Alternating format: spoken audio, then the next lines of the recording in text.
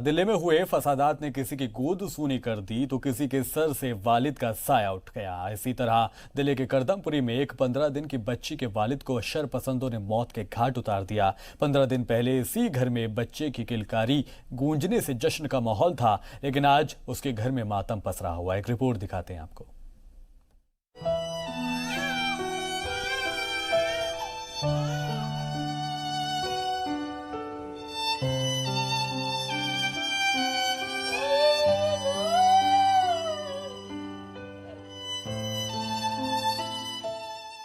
सिर से इसके वालिद का साया उठ गया।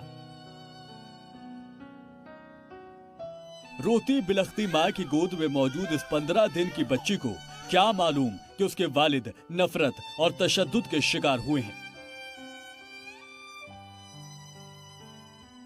क्या मालूम इस नन्ही सी जान को जो जिंदगी उसने अभी शुरू की है, वो अब बिना वालिद के साए के ही उसे जीनी होगी।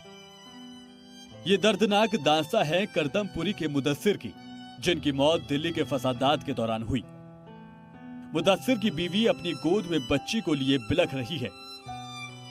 साथ ही बैठी है बाकी 7 बेटियां, जिनके सिर से भी वालिद का साया उठ गया। बच्चियों की आंख में भी आंसू हैं। मां पूरे परिवार का सोच सोच कर रोने लगती है। फसाद किस कदर दर्द देता है, इसकी एक जीती जागती मिसाल बन चुका है ये परिवार। जो भी जानकारी मिली सबसे पहले वो कैसे मिली थी? थोड़ी देर पहले उनका फोन आया था जी, कह रहे थे यहाँ बहुत लड़ाई हो रही है, दंगा हो रहा है, मैं यहाँ से आना चाहता हूँ, मुझे निकलवा दो। अच्छा, कुछ बताया कहाँ थे, क्या हालात हैं वहाँ? करदमपुरी कभी नगर में थे, बहुत बुरे हालात थे वहाँ के। थोड़ी देर के बाद फोन आया किसी और का, उनकी गोली लग गई है। मुदस्सिर का प्लास्टिक मैन्युफैक्चरिंग का बिजनेस था। 24 फरवरी को वो किसी काम से घर से निकला था। इसी दौरान करदमपुरी में तशद्दुद फैल गया। मुदस्सिर घर नहीं लौट पाए।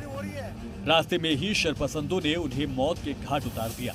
करीब 2 हफ्ते पहले जिस घर में एक छोटी बच्ची की किलकारी गूंजने से खुशियों का शोर हुआ था, अब वहां मातम पसरा हुआ है। 15 दिन की नाया के अलावा मुदस्सिर की 7 और बेटियां हैं, जिनकी उम्र अलग अलग है। सबसे बड़ी बेटी की उम्र 14 साल है।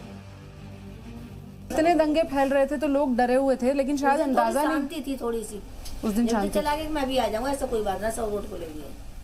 अच्छा, ये कह कर गए थे? हाँ, ऐसा कोई बात नहीं है। बस ये तो मैंने सोचा कि मैं बस्ते बचाते हैं, बेटा मुझे डर लगता है, अम्मी तो कैसे घबराती है। हाँ, मैं भी घबराता हूँ। कुछ भी नहीं होगा, इतना मत घबराओ, कुछ भी नहीं है, सब कुछ सही है। ये बोल कर गए थे। अब शाम को फिर मैंने फोन करा, मैंने कहा बेटा तू, जब मैंने सुना यहाँ, मैंने बेटा तू आना मत, यहाँ ऐसे दंगे फसादे हो रहे हैं।